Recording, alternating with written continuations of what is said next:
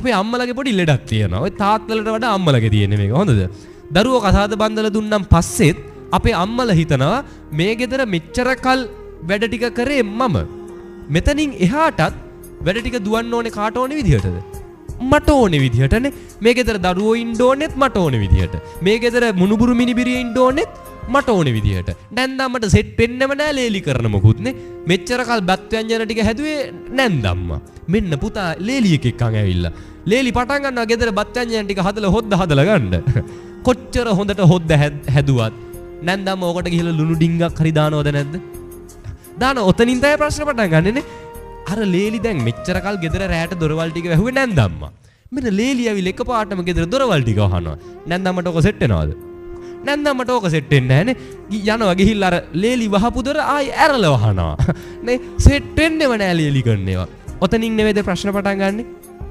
ඔතනින් තමයි ගෙවල් ගිනි ගොඩවල් වෙන්නේ නේ. ඔතනින් තමයි දරුවෝ දෙමව්පියන්ට එපා වෙන්නේ. හරිද? දෙමව්පියන්ට දරුවෝ එපා වෙනවා. දරුවන්ට දෙමව්පියෝ එපා වෙනවා. පවුල් වල ප්‍රශ්න පටන් ගන්නෙ ඔන්න ඔතනින්. ඔහොම උනාන් පස්සේ අපේ අම්මලා මොකෝ කියන්නේ? කියනවා නේද මුන්ට කොච්චර කරත් වැඩක් නැහැ. මේ උන්ට නම් අපි ගැන එකෙටවත් කිසි ගාණක් නැහැ. මේ මුන්ට කොන්නවට වැඩිය හොඳයි තනියම පැත්තකට වෙලා ඉන්නවා. අපි නැත්තම් කරගනි. තනියම කරගන්නව නැතයි කියලා පැත්තකට වෙනවනේ වෙලාවකට. ඔය වෙලාවකට පැත්තකට වෙනවා අපේ අම්මලා. වෙලා මොකෝ කරන්නේ? ආයි හැන්දෑවට ගිහිල්ලා හොද්දට ලුණු දානවානේ. ඉන්නම බෑ මේකෙන් ගැලවිලා. ඉන්නම බෑ මේකෙන් අයින් වෙලා. හරිම අමාරුයි. බලෙන් වගකීම් ටික අරන් ඉන්නවා. ආරාධනා කරනවා අපේ අම්මලට අපේ තාත්තලට. දරුව බන්දලා දුන්නම් පස්සේ අර ගෙවල් වල වගකීම් බලෙන් ගන්න එක නවත්තන්නනේ. මෙච්චර කල් උනා වගේම මෙතනින් එහාටත් සේරම වෙන්න ඕනේ මට ඕන විදිහට කියලා හිතන එක නවත්තන්න නැත්තම් ගෙවල් ගිනි ගොඩවල්ම තමයි.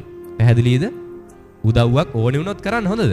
ඒ දරුවන්ට ඉල්ලුවොත් උදව්වක් කරන්න, අවශ්‍යම තැනදී උදව්වක් කරන්න. අර මට ඕනේ විදිහටම වෙන්න ඕනේ කියන එක හිතින් අයින් කරන්න. පැහැදිලිද? මෙන්න මේව ජීවිතේට එකතු කරගන්න හොඳ. අම්මලට හිතන දේ මැදි වයසේ අම්මලට එහෙම මරු ටික හාමුදුරනේ කිව්වේ අපේ නැන්දම්මට එහෙමනේ. හරිද? මතක තියාගන්න මේ ඔය හැමෝටම එහෙම දවසක් එනවද නැද්ද? එනවනේ. දරුවෝ බන්දලද මොකද ඒ අර තියෙන ආදරේ වැඩිකමට. මොකද අපේ රටේ අම්මලා තාත්තලා දේවල් අල්ලා ගන්නවා හරි වැඩි.